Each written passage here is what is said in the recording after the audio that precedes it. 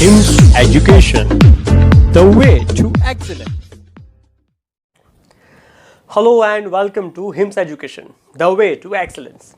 पिछले वीडियो के अंदर हम लोगों ने पार्टनरशिप फाइनल अकाउंट के जो 5 बेसिक अकाउंट्स हैं, that is trading, profit and loss account, profit and loss appropriation account, capital account and balance sheet, इन सारी चीज़ों के अंदर कौन कौन सी चीज़ें रिकॉर्ड करी जाती है उसके बारे में डिस्कस किया था। आज के इस वीडियो के अंदर हम लोग फाइनल अकाउंट बनाने का जो दूसरा और सबसे इंपॉर्टेंट पहलू है, दैट इज एडजस्टमेंट्स, उसके बारे में डिस्कस करेंगे। ये समझने के लिए सबसे पहले तो ये समझना होगा कि व्हाट इज एडजस्टमेंट, या एडजस्टमेंट का मतलब क्या होता है। देखिए, 1 अप्रैल से लेकर के 31 मार्च तक जितने भी बिजनेस ट्रांजेक्शन्स होते हैं उसकी 2 फोल्ड इफेक्ट दी जाती है। एक दी जाती है डेबिट साइड और दूसरी दी जाती है क्रेडिट साइड।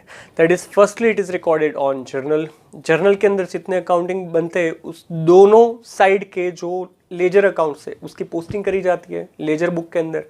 देन आफ्टर उन दोनों चीज़ों की जो बैलेंस बचती है, जितने भी अकाउंट्स है, वो इस तरह से रिकॉर्डिंग करने के बाद उसकी जो बैलेंस बचती है उसके ऊपर से ट्रायल बैलेंस बना दी जाती है।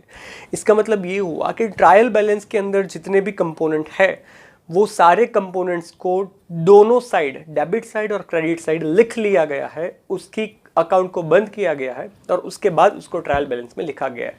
And the trial balance is prepared on last day of the year, that is on 31 March. Is it?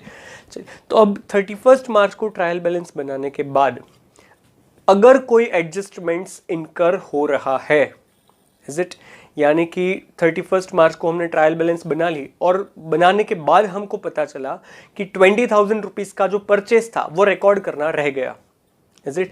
तो इसका मैकेनिज्म किस तरह से करेंगे? तो हमारे पास 2 रास्ते हैं। सबसे पहले तो उसकी जर्नल करिए, उसके बाद परचेज अकाउंट और क्रेडिटर्स का अकाउंट, उस दोनों को अफेक्ट हो रहा है, उस दोनों को लेजर अकाउंट में जाए, उसकी अमाउंट को रीशफल करे और उसके बाद ट्रायल बैलेंस के अंदर भी रीशफल करके उसकी वैल्यू दिखाए।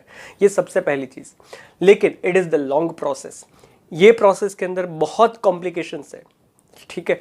तो इसको सॉल्व करने के लिए क्या होगा? तो इसका दूसरा रास्ता है जिसे हम लोग कहते हैं एडजस्टमेंट। एडजस्टमेंट मतलब कि ये जो ट्रांजैक्शंस हो रहे हैं आफ्टर प्रिपेयरिंग ट्रायल बैलेंस बनाने के बाद और final accounts, that is trading, PNL, balance sheet, वो सारी चीज़ें बनाने से पहले अगर कुछ ट्रांजैक्शंस हो रहे हैं बिजनेस के, राइट, अगर कुछ ट्रांजैक्शंस रिकॉर्ड करने के बाकी है, राइट, अगर कुछ ऐसे ट्रांजैक्शंस है जो इस साल, पर्टिकुलर जो साल का आप फाइनेंशियल ईयर का अकाउंट कर रहे हो उस साल के रिलेटेड है और उसकी एंट्री करने की बाकी है, तो वो सारी चीज़ों की सीधी 2 इफेक्ट फाइनल अकाउंट्स के अंदर दी जाएगी, जिसे हम लोग कहेंगे एडजस्टमेंट। मतलब कि ट्रायल बैलेंस बनाने के बाद अगर कोई ट्रांजैक्शन रिकॉर्ड करना बाकी है तो हम पूरी अकाउंटिंग प्रोसेस में से दोबारा पास नहीं होंगे। ये जो ट्रांजैक्शंस हो रहे हैं, एडजस्टमेंट्स हो रहे हैं ट्रायल बैलेंस बनाने के बाद, उसकी 2 इफेक्ट फाइनल अकाउंट में कहां पर आएगी उसकी डायरेक्ट एंट्री देंगे, इससे बोलते हैं एडजस्टमेंट, इज इट। तो इसका मतलब ये हुआ कि एडजस्टमेंट्स जितने भी हो गए उन सारे एडजस्टमेंट्स की 2 इफेक्ट आएगी। एक इफेक्ट आएगी डेबिट साइड और दूसरी इफेक्ट आएगी क्रेडिट साइड, और सीधे ही फाइनल अकाउंट के अंदर इसकी इफेक्ट दी जाएगी। इसे बोलते हैं एडजस्टमेंट।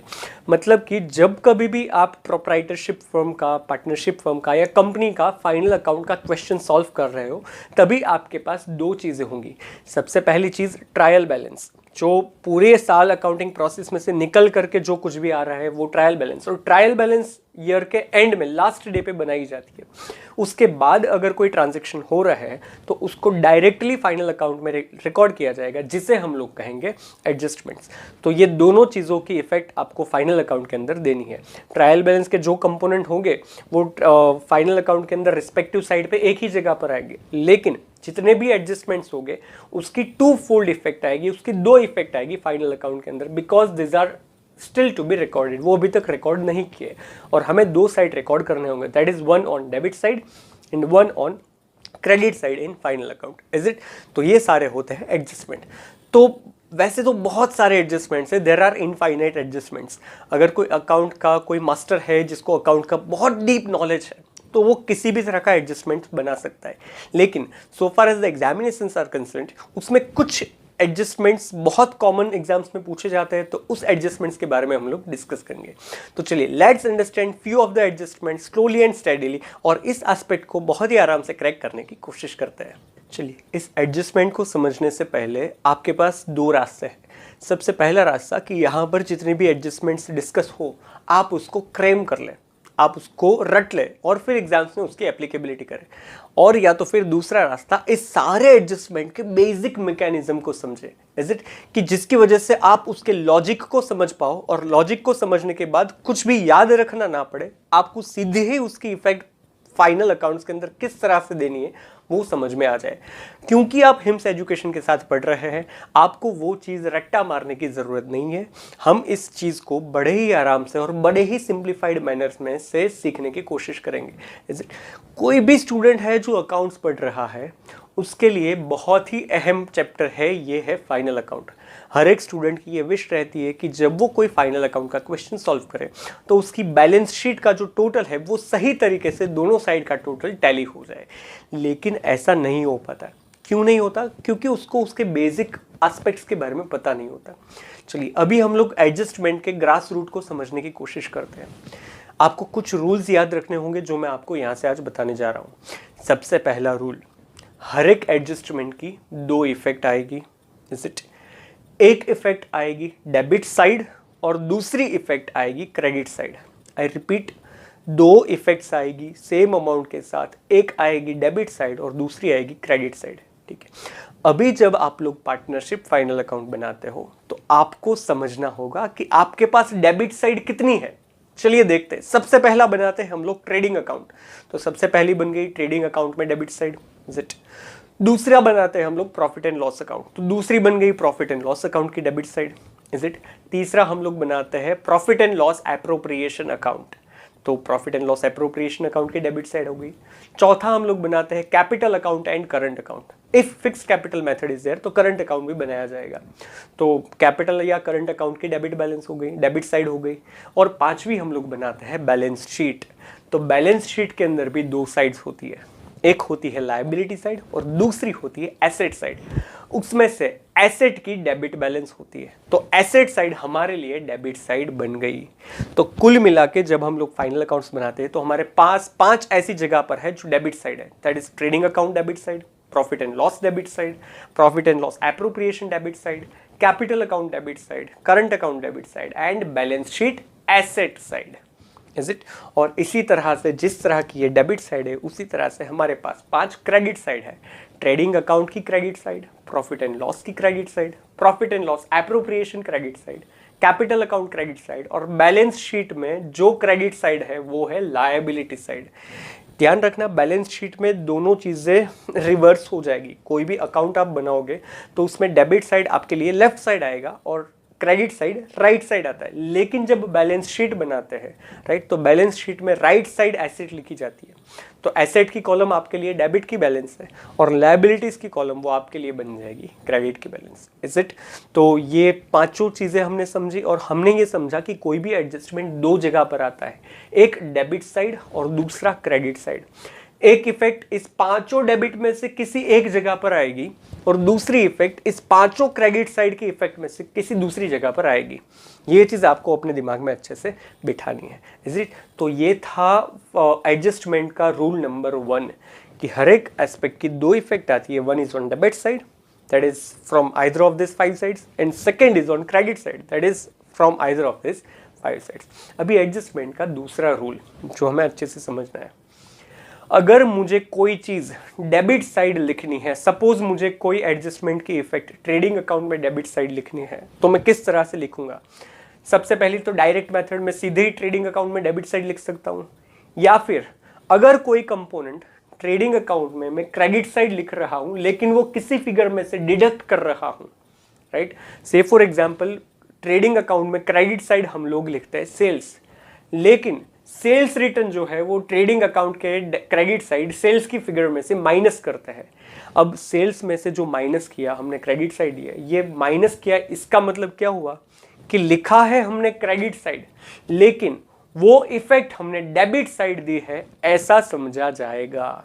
आई रिपीट, आपको अगर कोई चीज़ डेबिट साइड लिखनी है किसी भी अकाउंट में तो आप दो तरह से लिख सकते हो। एक, या तो उस अकाउंट में डेबिट साइड ही लिख लो, या फिर उसी अकाउंट की अपोजिट साइड में वही फिगर माइनस लिखोगे तो उसका मतलब भी यही होगा कि आपने वो इफेक्ट लिखा है भले क्रेडिट साइड लेकिन आपने वो इफेक्ट डेबिट साइड दी है, इस तरह से इसका इंटरप्रिटेशन होगा। Is it? तो ये था एडजस्टमेंट का रूल नंबर 2। उसी हिसाब से अगर आपको किसी चीज़ को क्रेडिट साइड लिखनी है तो आप ट्रेडिंग, पीएनएल अप्रोप्रिएशन, कैपिटल या बैलेंस शीट में लायबिलिटी, कौन सी भी फॉर कंपोनेंट में क्रेडिट साइड लिखो, ये एक मेथड है। लेकिन दूसरा, अगर आप किसी भी अकाउंट में डेबिट साइड कोई चीज़ लिख करके माइनस कर रहे हो वही चीज़ किसी कंपोनेंट में से, तो वो इफेक्ट भी आपने क्रेडिट साइड दी ऐसा समझा जाएगा। Is it? तो ये था रूल नंबर 2। पहला था कि आपको 2 इफेक्ट देनी है, one is on debit side and second one is on credit side. और दूसरा रूल था कि डेबिट साइड आप किस तरह से लिख सकते हो, 2 तरह से। One, you right directly on debit side, और एल्स आप उसी अकाउंट में क्रेडिट साइड उस फिगर को माइनस कर दो, तो वो इफेक्ट भी आपकी डेबिट साइड दी जाएगी। और एल्स क्रेडिट साइड कैसे लिख सकते हो, आप किसी भी 5 में से कोई भी कंपोनेंट में डायरेक्टली क्रेडिट साइड लिख दो, या फिर उसी कंपोनेंट में डेबिट साइड वो फिगर को माइनस करके आप वही चीज़ क्रेडिट साइड की इफेक्ट दे करके लिख सकते हो। तो ये था सेकेंड रूल। अभी ये 2 रूल को आपको अपने दिमाग में बिठाना है आराम से, और इसी 2 रूल्स के साथ हम लोग 1 बाय 1 एडजस्टमेंट सॉल्व करने की कोशिश करेंगे। एक इफेक्ट डेबिट साइड और दूसरी क्रेडिट साइड। ठीक है, चलिए। तो सबसे पहले एडजस्टमेंट जो हम यहाँ पर डिस्कस कर रहे हैं वो है क्लोजिंग स्टॉक। क्लोजिंग स्टॉक यानी कि ऑन 31 मार्च जो गुड्स अनसोल्ड रहता है उसे क्लोजिंग स्टॉक कहते हैं। चलिए, अभी हम लोगों ने पिछले वीडियो के अंदर पढ़ा था कि क्लोजिंग स्टॉक ट्रेडिंग अकाउंट में क्रेडिट साइड आता है। तो सबसे पहले तो हमें समझ में आ गया कि ये एक चीज़ क्रेडिट साइड आएगी, तो क्रेडिट साइड का पोर्शन खत्म हो गया। अभी मैंने कहा कि एडजस्टमेंट की 2 इफेक्ट होती है, one is on debit side and second one is on credit side. आपके दिमाग में ये चीज़ क्लियर है कि क्लोजिंग स्टॉक ट्रेडिंग अकाउंट में क्रेडिट साइड आता है, तो सवाल ये हुआ कि इसकी दूसरी इफेक्ट डेबिट साइड ही आएगी। तो डेबिट साइड कहाँ कहाँ पर वो सोचते हैं, ट्रेडिंग अकाउंट में डेबिट नहीं, वहाँ पर प्रोडक्शन एक्सपेंस आते हैं, ये एक्सपेंस नहीं है। दूसरा, पीएनएल में debit no, profit and loss account में debit side, all the other expenses production and purchase के अलावा के जो है वो आएंगे। तो क्लोजिंग स्टॉक एक्सपेंस नहीं है, प्रॉफिट एंड लॉस में डेबिट नहीं आएगा। प्रॉफिट एंड लॉस एप्रोप्रिएशन में डेबिट, क्लोजिंग स्टॉक नहीं आएगा, क्योंकि यहाँ पर all the expenses which are paid to partners वो लिखा जाता है, जबकि क्लोजिंग स्टॉक हमारे लिए एक्सपेंस नहीं है। कैपिटल अकाउंट में डेबिट नहीं आएगा because it is not related with capital. अब लास्ट पॉइंट बचा, दैट इज बैलेंस शीट में डेबिट साइड। बैलेंस शीट में डेबिट साइड यानी कि एसेट साइड। अभी हमें सोचना है कि क्लोजिंग स्टॉक क्या वो हमारे लिए एसेट है? Yes, it is an asset for us. Stock ये हम मार्केट में सेल कर सकते हैं और वहाँ से हमें रुपए मिल सकते हैं, तो इसकी दूसरी इफेक्ट आ जाएगी बैलेंस शीट में एसेट साइड। देखिए, ये एक ही एडजस्टमेंट है, आपको ये क्लेम नहीं करना है, आपको सिर्फ ये समझना है। एक इफेक्ट दी हमने credit side, that is trading account में क्रेडिट साइड, और वही इफेक्ट हमने दी बैलेंस शीट में asset side, that is on debit side. Is it? तो ये बन गई क्लोजिंग स्टॉक की 2 इफेक्ट, ट्रेडिंग अकाउंट में क्रेडिट साइड और दूसरा बैलेंस शीट में एसेट साइड। ठीक है, तो इसी तरह से अपने माइंड को, लॉजिक को अप्लाई करते हुए आपको आगे के एडजस्टमेंट्स सीखने होंगे। चलो, दूसरा adjustment, next adjustment is outstanding expenses. Outstanding expenses का मतलब क्या हुआ? अगर कोई खर्चा हमें पे करना बाकी है, हम जो कुछ भी अकाउंटिंग ट्रीटमेंट करते हैं वो 1 साल की करते हैं, राइट? 1 साल के 12 महीने में से फॉर एग्जांपल कोई सैलरी 1 महीने की पे करनी बाकी है, या फिर वेजेस 5,000 रुपये के किसी वर्कर को देने के बाकी है, राइट? तो ये बन जाती है हमारे लिए लायबिलिटी, ये बन जाता है बिजनेस ऑर्गेनाइजेशन के लिए एक कर्जा। Is it? तो ये आपको समझना होगा, because it is our liability. तो सबसे पहली इफेक्ट तो क्लियर हो गई बैलेंस शीट में लायबिलिटी साइड। Is it?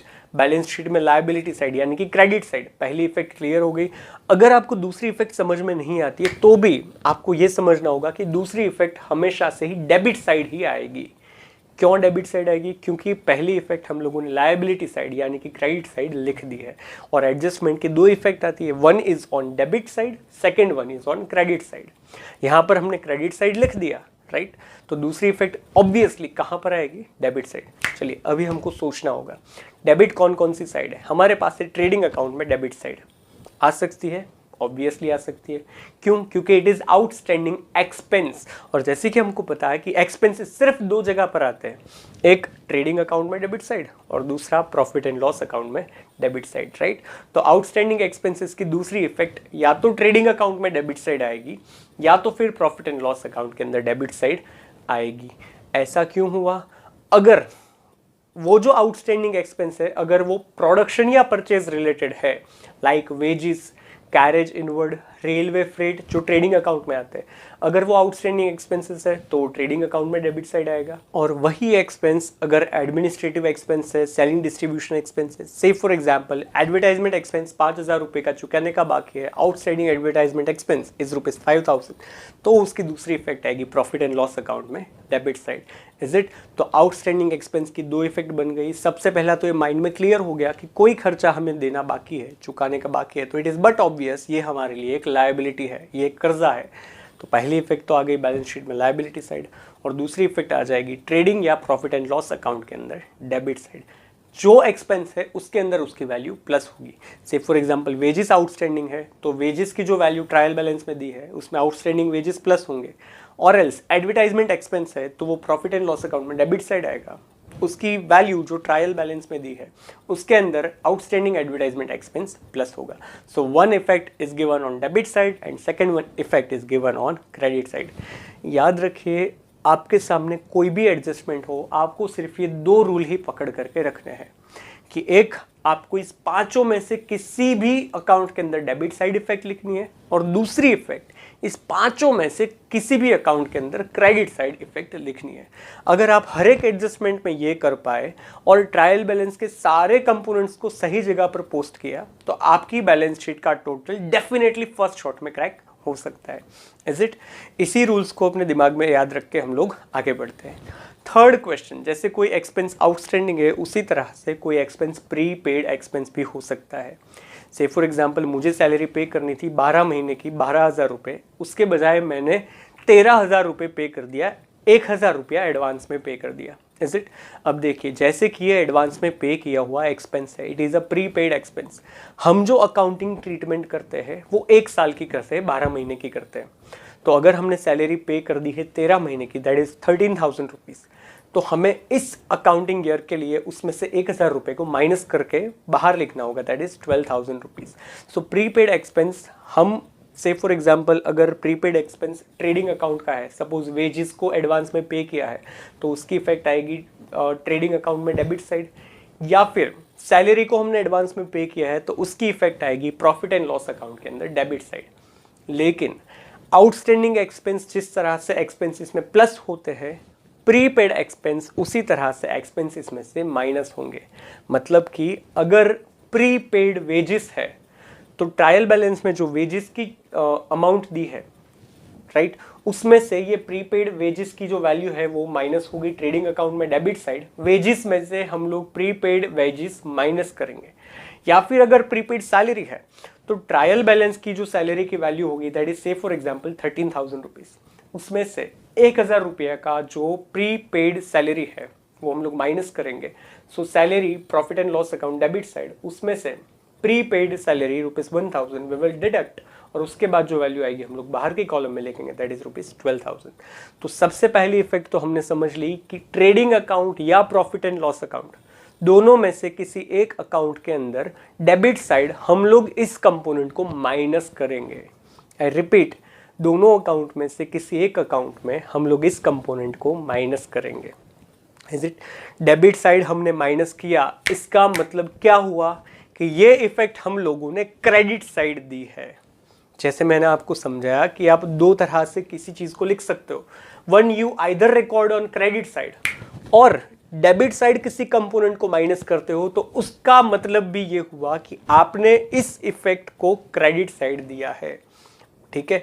तो ट्रेडिंग या डेबिट ट्रेडिंग अकाउंट या प्रॉफिट एंड लॉस अकाउंट में डेबिट साइड में से आपने इस चीज़ को माइनस किया, इसका मतलब ये हुआ कि आपने इसकी पहली इफेक्ट क्रेडिट साइड दे दी। अब बात है दूसरी इफेक्ट की। दूसरी इफेक्ट कौन सी साइड देनी है? It is but obvious on debit side.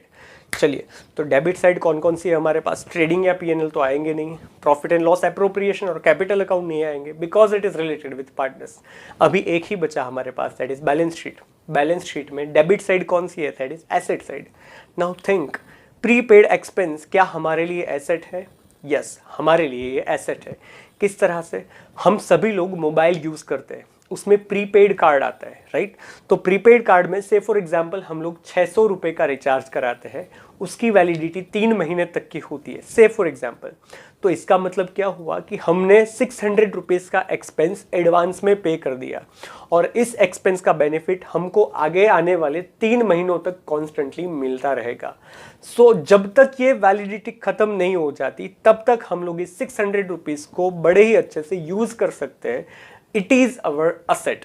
So accordingly यही हमारे लिए एक एसेट है। जैसे कि हमने किसी एम्प्लॉई को 3 महीने की सैलरी एडवांस में पे कर दी, इसका मतलब ये हुआ कि आने वाले 3 महीनों तक वो एम्प्लॉई आपके ऑर्गेनाइजेशन को छोड़ के नहीं जा सकता। दूसरे शब्दों में समझा जाए तो उसका मतलब ये हुआ कि आने वाले 3 महीनों तक हमें उसको सैलरी हर मंथ पे नहीं करनी होगी। अप टू 3 मंथ्स वो एम्प्लॉई हमारे लिए एसेट बन गया, and we can get benefit from that employee for 3 months. So इस हिसाब से प्रीपेड एक्सपेंस हमारे लिए एसेट बन गई। हम लोग फिर से ये दोनों चीज़ों एडजस्टमेंट को समझते हैं। आउटस्टैंडिंग एक्सपेंस हमारे लिए लायबिलिटी है, लेकिन प्रीपेड एक्सपेंस, अगर हमने कोई एक्सपेंस को एडवांस में पे किया है तो हमारे लिए एसेट बन जाती है, राइट? प्रीपेड एक्सपेंस की 2 इफेक्ट, ट्रेडिंग या प्रॉफिट एंड लॉस अकाउंट में डेबिट साइड एक्सपेंस में से माइनस करेंगे, और दूसरी इफेक्ट आएगी बैलेंस शीट के अंदर asset side. Is it? So इस तरह से हम लोगों ने 2 इफेक्ट दी। One is on debit side.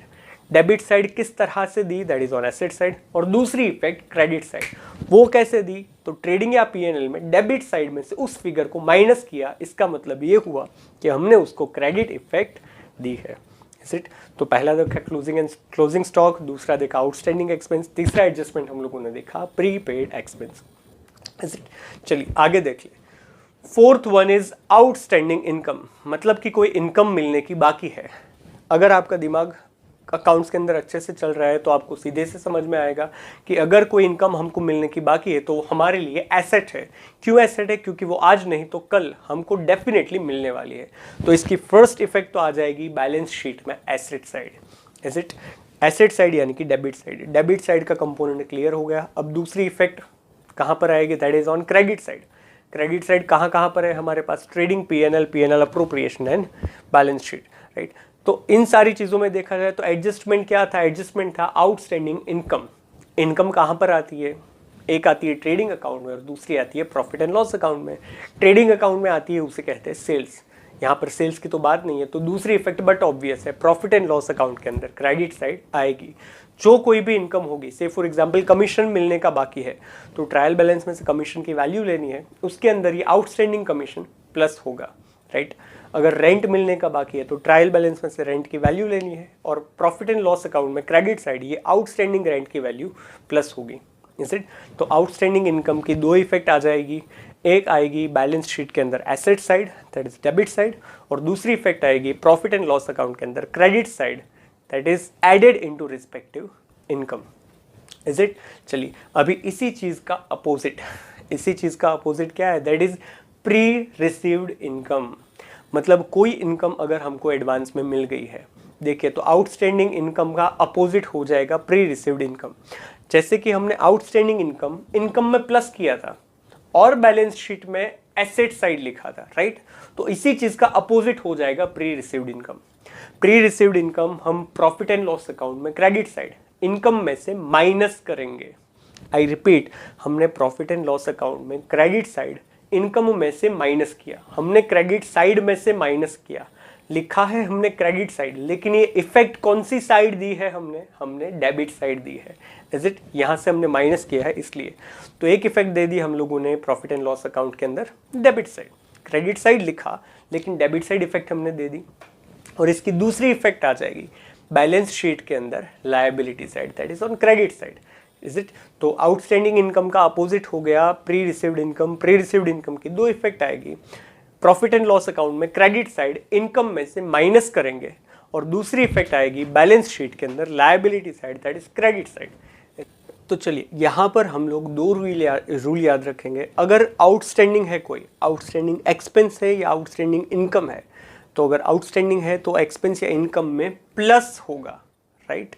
Trading या प्रॉफिट एंड लॉस अकाउंट में अगर आउटस्टैंडिंग इनकम या एक्सपेंस है तो वो एक्सपेंस या इनकम के अंदर प्लस होगा, लेकिन अगर प्री है that is pre paid expense या फिर प्री रिसीव्ड इनकम, कोई एडवांस में पे किया गया एक्सपेंस है या फिर एडवांस में मिली हुई इनकम है, तो वो दोनों चीज़ें एक्सपेंस या इनकम में से माइनस होगी ट्रेडिंग या प्रॉफिट लॉस अकाउंट के अंदर, राइट। अगर ट्रेडिंग अकाउंट का कंपोनेंट है that is production purchase related expense है और उसको कोई इफेक्ट दी है तो वहाँ से माइनस होगा या प्लस होगा, और उसके अलावा के कोई एक्सपेंस या इनकम है तो प्रॉफिट एंड लॉस अकाउंट में प्लस या माइनस होगा। और उसकी दूसरी इफेक्ट अकॉर्डिंगली हम लोग बैलेंस शीट में एसेट साइड या लायबिलिटी साइड लिखेंगे। Is it?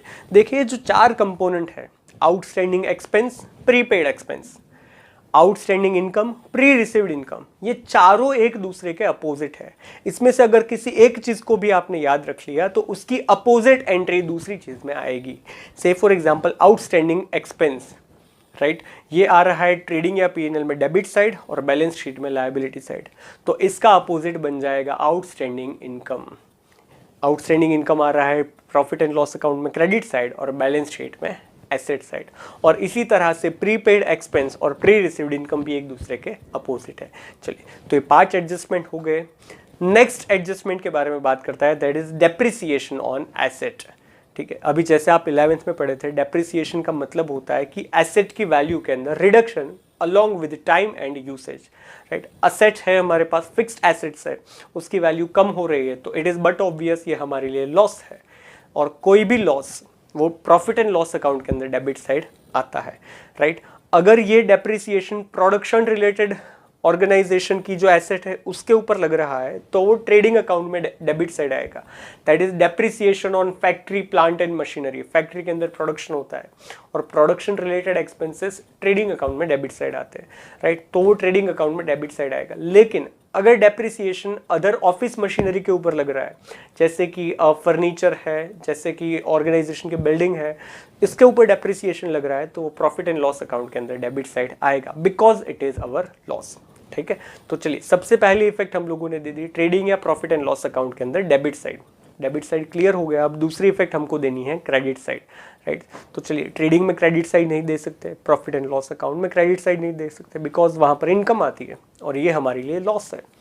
तीसरा, कैपिटल अकाउंट और partners profit and loss appropriation account में नहीं दे सकते क्योंकि it is related with partners, जबकि डेप्रिसिएशन वो एसेट है। अभी हमको सोचना होगा कि एसेट की वैल्यू कम हो रही है, तो दूसरी इफेक्ट हम लोग देंगे बैलेंस शीट में एसेट साइड, एसेट की जो वैल्यू होगी उसमें से माइनस करेंगे, राइट। एसेट की वैल्यू में से किसी चीज को माइनस किया, इसका मतलब ये हुआ कि ये इफेक्ट हमने क्रेडिट साइड दी है। तो पहली इफेक्ट आ गई debit side, that is trading और profit and loss account debit side, और दूसरी इफेक्ट आ गई क्रेडिट साइड। क्रेडिट साइड किस तरह से, हम लोगों ने बैलेंस शीट में एसेट में से उस चीज को माइनस किया और एसेट की वैल्यू आती है डेबिट, उसमें से हम लोगों ने माइनस किया तो ये इफेक्ट हमने दे दी है क्रेडिट साइड। Is it? तो इसके आ गई दो इफेक्ट, ट्रेडिंग या प्रॉफिट एंड लॉस अकाउंट में डेबिट साइड, और दूसरा बैलेंस शीट में एसेट साइड में से जो भी एसेट होगी उसमें से हम लोग माइनस करेंगे। Is it? चलिए अभी हम लोग आगे बढ़ते हैं। Next adjustment is unrecorded purchase. हम लोगों ने ट्रायल बैलेंस बना लिया, फिर परचेज रिकॉर्ड करने का बाकी है, कोई ट्रांजैक्शन रहने का, लिखने का बाकी है, तो इसकी दो इफेक्ट किस तरह से आएगी? ये तो सीधी सी बात है, अगर कोई परचेज रिकॉर्ड करने का बाकी है तो हम लोग परचेज में प्लस कर देंगे, राइट। परचेज कहाँ पर आता है? ट्रेडिंग अकाउंट में डेबिट साइड। तो सबसे पहली इफेक्ट हम लोगों ने दे दी ट्रेडिंग अकाउंट में डेबिट साइड, राइट, परचेज के अंदर प्लस किया। और दूसरी इफेक्ट कहाँ पर आएगी? अब देखिए, ज़्यादातर ऐसे एग्जाम्पल्स होते हैं जो परचेज किया होता है वो क्रेडिट पे किया होता है, उसका पेमेंट करने का बाकी होता है। तो परचेज हम लोग जब करते हैं तो हमारे परचेज की वैल्यू बढ़ती है, उसके साथ साथ हमारे क्रेडिटर्स की वैल्यू भी बढ़ती है।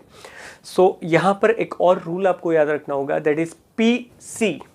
पीसी यानी कि पर्सनल कंप्यूटर, आप उस तरह से याद रख सकते हो। मतलब कि अकाउंट के अंदर परचेज का relation, P for purchase, purchase का रिलेशन होता है क्रेडिटर्स के साथ, सी फॉर क्रेडिटर्स, राइट। अगर परचेज की वैल्यू अनरिकॉर्डेड परचेज की वजह से बढ़ रही है तो उसी तरह से क्रेडिटर्स की वैल्यू भी प्लस होगी, और क्रेडिटर्स हमारे लिए लायबिलिटी है, राइट।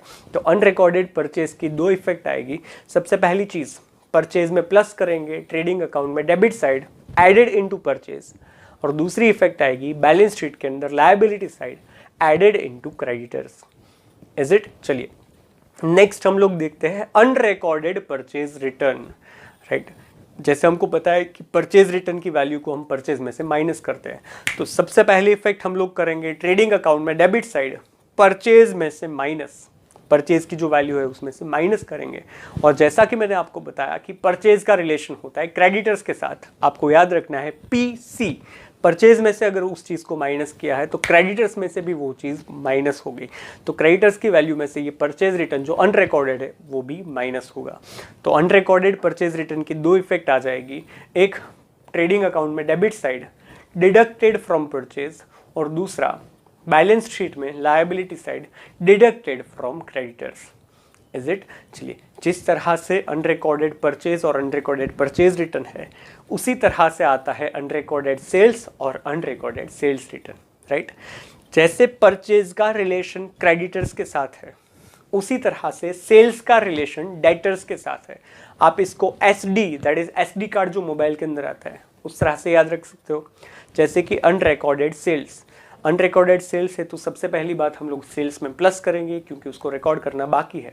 तो सबसे पहली इफेक्ट आएगी ट्रेडिंग अकाउंट में credit side added into sales, right, क्योंकि सेल्स में प्लस किया और सेल्स का रिलेशन होता है डेटर्स के साथ, तो इसकी दूसरी इफेक्ट आएगी बैलेंस शीट में एसेट साइड, डेटर्स की जो वैल्यू है उसके अंदर ये जो अनरिकॉर्डेड सेल्स है वो प्लस होगा, इज इट? तो सबसे पहली इफेक्ट आई ट्रेडिंग अकाउंट में credit side added into sales, और दूसरी इफेक्ट आ गई बैलेंस शीट में asset side added into debtors, is it? चलिए नेक्स्ट हम लोग देखते हैं unrecorded sales return. Sales return की वैल्यू सेल्स में से माइनस होगी, और क्योंकि सेल्स का रिलेशन डेटर्स के साथ है तो डेटर्स में से भी ये वैल्यू माइनस होगी। तो सबसे पहली इफेक्ट आएगी ट्रेडिंग अकाउंट में क्रेडिट साइड सेल्स की जो वैल्यू है उसमें से अनरिकॉर्डेड सेल्स रिटर्न माइनस होगा, और सेल्स में से माइनस किया तो दूसरी इफेक्ट बैलेंस शीट में एसेट साइड जो डेटर्स की वैल्यू होती है उसमें से भी अनरिकॉर्डेड सेल्स रिटर्न माइनस होगा। तो दूसरी इफेक्ट आएगी बैलेंस शीट में asset side deducted from debtors. चलिए जैसे जैसे एडजस्टमेंट्स आगे बढ़ते जा रहे हैं, आप हर एक ट्रांजैक्शन को अपने दिमाग से इवैल्यूएट करिए कि किस तरह से हर एक ट्रांजैक्शन की दो इफेक्ट अपोजिट साइड आ रही है, एक डेबिट साइड आ रही है, दूसरी क्रेडिट साइड आ रही है। एक हम लोग किस तरह से लिखते हैं, आइदर डेबिट साइड डायरेक्टली लिखते हैं और उस कंपोनेंट में से माइनस करके हम लोग क्रेडिट साइड लिखते हैं, राइट। तो आपको इस चीज को दिमाग में इवैल्यूएट करते जाना होगा और समझना होगा कि हाँ हर एक चीज की दो इफेक्ट इस पांचों में से किसी भी अकाउंट में आइदर डेबिट और क्रेडिट साइड आ रही है। तो यहाँ पर हम लोगों ने 10 कुछ ऐसे एडजस्टमेंट किए हैं जो जितने भी क्वेश्चंस है आते हैं उसमें से मैक्सिमम क्वेश्चंस में इस तरह के एडजस्टमेंट्स आते हैं, राइट। तो जिसकी दो इफेक्ट हम लोगों ने किस अकाउंट में किस तरह से आती है वो हमने सीखी। उसके बाद कुछ एडजस्टमेंट्स आते हैं जो पार्टनर्स के साथ रिलेटेड होते हैं, जैसे कि interest on capital to partners, right, interest on drawing from partners, interest on current account of partners, salary bonus remuneration commission paid to partners, right. ऐसे बहुत सारे एडजस्टमेंट्स आते हैं जो पार्टनर्स के साथ रिलेटेड होते हैं, राइट। ये सारी चीज़ों की एंट्री दो अकाउंट में आएगी, एक अकाउंट है profit and loss appropriation account और दूसरा अकाउंट है कैपिटल अकाउंट। अभी ये दो अकाउंट में इस एडजस्टमेंट्स की एंट्री किस तरह से आती है, इस मैटर के बारे में डिस्कशन ऑलरेडी हम लोगों ने पिछले वीडियो में कर दिया है। अगर आपने वो वीडियो नहीं देखे तो आप ज़रूर देखें। आपको देखने होंगे अकाउंट के हिम्स एजुकेशन चैनल के फर्स्ट चैप्टर के video part number 4 and 5। Videos part 4 और 5 आप देखोगे तो उसके अंदर पार्टनर्स के रिलेटेड जो कुछ भी इंफॉर्मेशन है, that is interest on capital, interest on drawing and all this things, उसकी दो इफेक्ट बैलेंस शीट के अंदर और फाइनल अकाउंट्स के अंदर किस तरह से आती है उसके बारे में डिस्कस किया गया है, राइट। तो यहाँ पर उस चीज़ को बहुत डिटेल में नहीं टच कर रहे हैं हम लोग क्योंकि it is already discussed, and I strongly recommend to all of you कि अगर आप लोगों ने फर्स्ट चैप्टर के वीडियोस के पार्ट 4 और 5 को नहीं देखा है तो यू मस्ट वॉच। तो आज के इस वीडियो के अंदर हम लोगों ने एडजस्टमेंट्स क्या है और कुछ बेसिक एडजस्टमेंट्स की अकाउंटिंग इफेक्ट किस तरह से आती है उसके बारे में डिस्कस किया। नेक्स्ट वीडियो के अंदर हम कुछ एडवांस्ड लेवल के एडजस्टमेंट्स के बारे में डिस्कस करेंगे, राइट। तब तक के लिए have a nice day, stay blessed, stay home and keep learning with Hims education because it is the way to excellence.